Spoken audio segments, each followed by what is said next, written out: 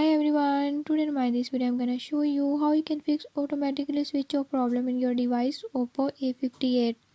In this device Oppo A58, if you are worried about automatically switch off problem, I'll tell you a few tips and tricks that you can use to fix it. Before we move to the video, if you are new to my channel, don't forget to subscribe and press bell icon.